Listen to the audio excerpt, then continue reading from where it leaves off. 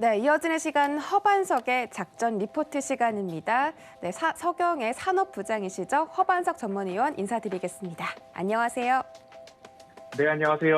네, 반갑습니다. 월요일 아침부터 비가 참 많이 오던데요. 우리 시청자 여러분들 포트폴리오에는 또 비가 오면 안 되겠죠. 정말 그런 부분들 잘 고려를 해주셔서 오늘도 꿀팁들 챙겨주시길 바라겠습니다. 네, 오늘의 통시지 화면으로 만나보시죠. 네, 오늘의 업종 리포트는 미국의 인프라 투자 산업입니다. 전통 플러스 디지털, 거기다가 에너지까지라고 적혀 있는데, 지난주 조 바이든 대통령의 1조 2천억 규모의 이 인프라가 미국 상원에 이어서 하원까지 통과했습니다. 장장 3개월 동안 지금 합의가 이루어져서 결국은 조 바이든 대통령의 서명만을 남겨두고 있는데요. 이런 부분들 우리 시장에 또 어떤 영향 미칠지 오늘 한번 짚어보도록 하겠습니다. 일단 지금까지 현재 상황에 대해서 짚어주실까요? 네, 지난 주말, 이제 주말을 보내면서 미국에서 인프라 법안이 하원을 통과했다라는 이야기가 나왔습니다. 오늘 그래서 이 미 인프라 법안 투자와 수혜 산업에 대해서 한번 살펴볼 예정인데요. 그간 방송에서도 많은 이야기들을 좀 드렸습니다. 오늘 제목에서 꼽았던 것처럼 전통 인프라, 디지털 인프라, 에너지 인프라 이런 식으로 조금 구분해 볼 수도 있을 것입니다.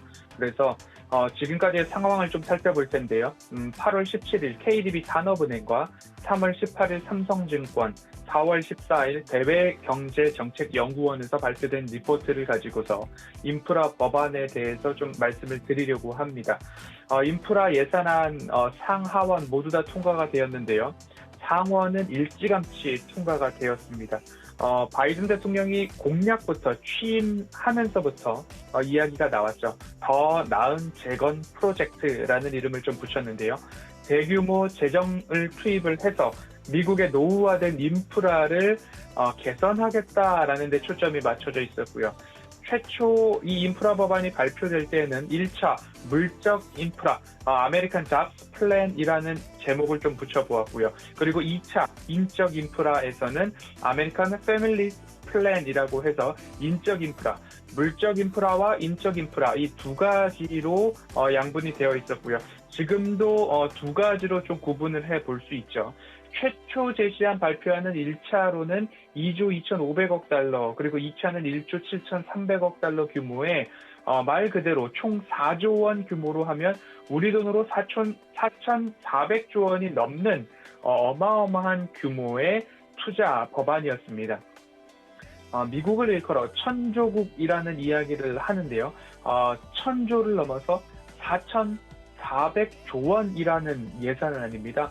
말 그대로 천조국에 어울리는 규모였는데 야당 공화당도 심각한 노후화가 된 전통 인프라 재건에는 필요성에 모두 다 동의를 했습니다. 그러나 이러한 예산안들에 있어서는 재정 건전성이나 그리고 코로나 팬데믹 국면에서 증세로 인한 이런 재원을 확보하기 위해서는 증세가 필수적일 텐데 증세에 있어서는 기업 재무 부담에 영향을 끼칠 수 있다. 너무 부담이 가중된다라는 이유로서 조금 예산을 축소하자라는 주장들이 지금까지 이어져 왔습니다. 하지만 전통 인프라의 노후화는 트럼프 대통령 시절에 있어서도 여야 가릴 것 없이 민주당, 공화당 모두 다 한 의견이 있었던 모습이었기 때문에 지금 이제서야 하원까지 좀 통과가 된 모습입니다. 지난 시간을 보면 상원 통과까지 약 4개월이 걸렸고요. 상원 통과 이후에 또다시 3개월이 걸려서 이제 하원을 지난 주말 통과를 했습니다. 최초 법안의 발의부터 총 7개월여의 진통 끝에 상하원 모두가 통과가 되었고요. 이제는 바이든 대통령의 서명이 되면 이제 발효가 되고 시행만 남아둔 그런 상황으로 좀 볼 수 있을 것 같습니다. 결국 지금까지 일부 미 부채 한도 협상 그리고 바이든 대통령 그리고 중간 선거들이 있었기 때문에 정치적인 협상, 정치적인 딜이 지금까지 좀 오지 않았나라는 말씀을 드릴 수 있을 것 같고요. 지금까지 방송을 통해서도 이것은 진행이 됩니다.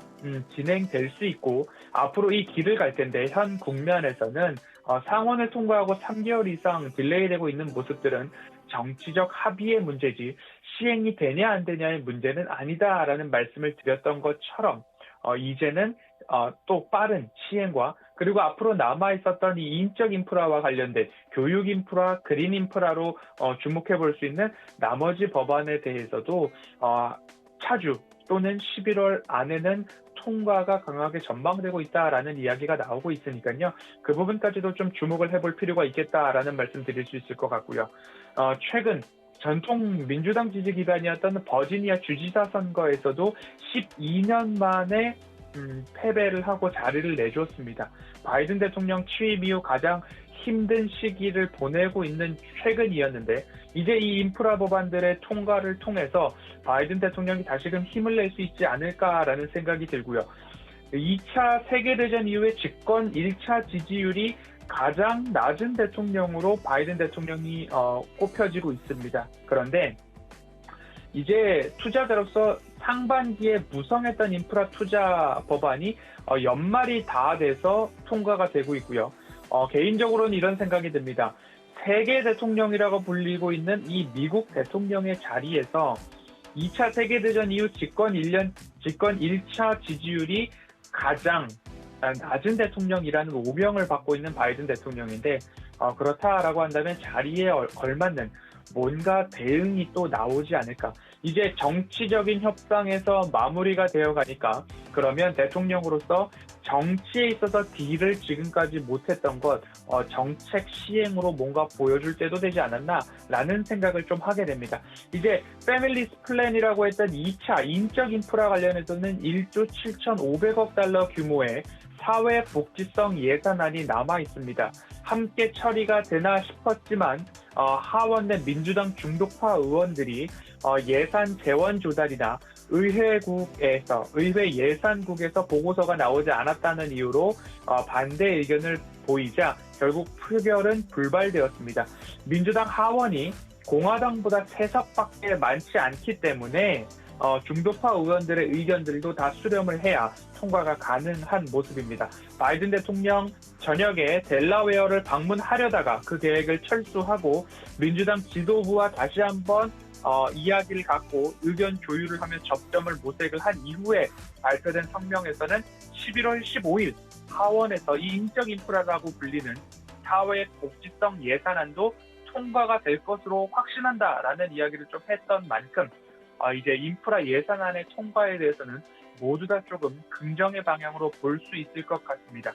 미 인프라 투자 법안이 눈앞에 시행이 눈앞에 맞닥뜨려 있기 때문에 그간 투자자의 시선으로 준비했던 것들에 있어서 하나하나 결실이 맺어지지 않을까라는 생각이 드는 월요일 장전 지금 이 순간입니다. 네, 인프라 투자 법안 현재의 방향성 그리고 지금까지 상황에 대해서 자세하게 짚어드렸습니다. 그렇다면 투자자분들이 조금 더 집중하실 수 있게 어떤 부분에 저희가 포인트를 두고 이 인프라 법안 보면 좋을까요? 네, 미 공공인프라 노후화가 조금 문제가 있었죠. 지난 2007년 미네소타주 고속도로 다리 붕괴 사건도 있었고요. 13년 워싱턴주의 고속도로 다리 붕괴 사건 2건이 있었는데 모두 다 노후화된 교량 문제가 사고 원인으로 좀 짚어졌습니다. 미 대공황 그리고 2차 세계대전 이후인 1950년도 60년도 때에 인프라 건설에 집중을 했을 뿐 그 이후에 그렇다 할 보수나 신규 투자가 이루어지지 않은 것이 미국의 모습이었습니다. 트럼프 대통령이 민주공화당 모두 다 친환경을 제외한 인프라 투자 관련해서는 트럼프 대통령 시절부터 함께 이야기가 되었고 필요성이 인정된 부분이었죠. 미 토모카케에서도 2016년도부터 2025년도까지 미국의 이러한 인프라 부족과 노후화 때문에 미 경제 손실이 4조 달러까지 나올 수 있다라는 이야기가 나오고 있습니다. 바이든 대통령이 지난달 20일 인프라 및 사회보장 예산안 통과를 호소하면서 했던 이야기 중에 하나가 전 세계 최고를 자랑했던 미국이 현재 이런 모습이다. 예를 들자면 온라인 강의를 들으려고 인터넷 접속을 위해서 아이들이 맥도날드를 찾아가서 그 주차장에서 무선 인터넷을 끌어다가 공부를 하고 있는 모습이 미국이다라고 하면서 직접 우리나라 언론 보도에 나왔던 워딩을 그대로 말씀을 드리면요. 여기 미국이다. 젠장. 우리는 뭘 하고 있는가? 라는 이야기들이 직접 이 인프라 법안의 호소를 자극하고 극대화하기 위해서 이런 이야기를 좀 했습니다. 그렇듯이 노후화된 인프라 법안에 있어서 투자는 굉장히 시급하고 다가왔다. 그러면 한 가지 예를 들었죠. 온라인 강의를 들으려고 맥도날드 주차장에 가서 인터넷을 쓰고 있던 아이의 이야기를 들었듯이 투자자로서 무엇을 집중해야 되는가? 결국 이러한 하나하나의 투자 규모 이런 것들을 좀 보셔야 한다라는 말씀을 좀 드리고 싶고요. 바이든 대통령이 인프라 재건, 도로, 통신 등 낙후화된 인프라를 재건하고 친환경 자동차 발전을 통한 일자리 창출, 리모델링 및 친환경 건축 사업까지도 진행을 하는데요. 대규모 예산을 집행해서 경제 재건을 하겠다라는 거죠. 뉴딜 정책도 마찬가지였죠. 예산을 투입하고 일자리를 창출하고 고용이 회복되고 경기도 같이 맞물려서 회복이 되면 덩달아서 탄소 절감 목표까지도 달성을 하겠다라는 이야기가 나오고 있습니다. 그러면 끝으로 미인프라 투자 계획이 어떻게 우리가 투자자로서 집중해야 될 포인트가 있는가 살펴보도록 하겠습니다. 물적 인프라, 전통 인프라와 디지털 인프라가 합쳐져 있다라고 보시면 좋을 것 같고요.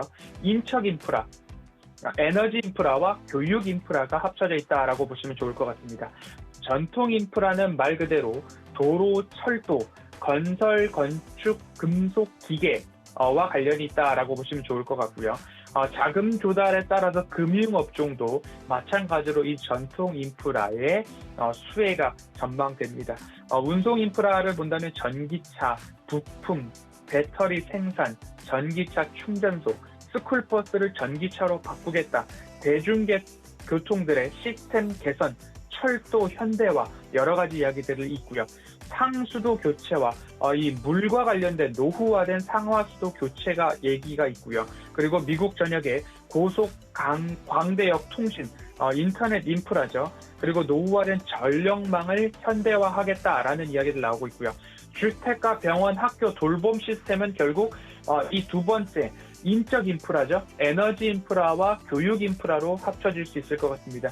탄소 중립, 그리고 디지털 인프라 관련해서는 지금 이야기가 많은 반도체, 센서, 클라우드 관련된 이야기가 나올 수 있을 것 같습니다. 결국 재정 투입과 그리고 탄소 중립까지, 일자리 창출까지 모두 다 해결을 해보겠다라는 이야기인데요. 이번 주 제가 구분을 해놓은 전통 인프라, 디지털 인프라, 에너지 인프라 한 조목 한 조목 따져보면서 투자자의 시선으로 어떤 부분에 우리가 계좌에 더욱더 유익이 될 수 있을까를 좀 살펴보도록 하겠습니다. 작전 리포트, 이번 주에도 어떤 기업들 살펴볼지 기대해 주시고요. 앞으로도 리포트 소개 이어가도록 하겠습니다.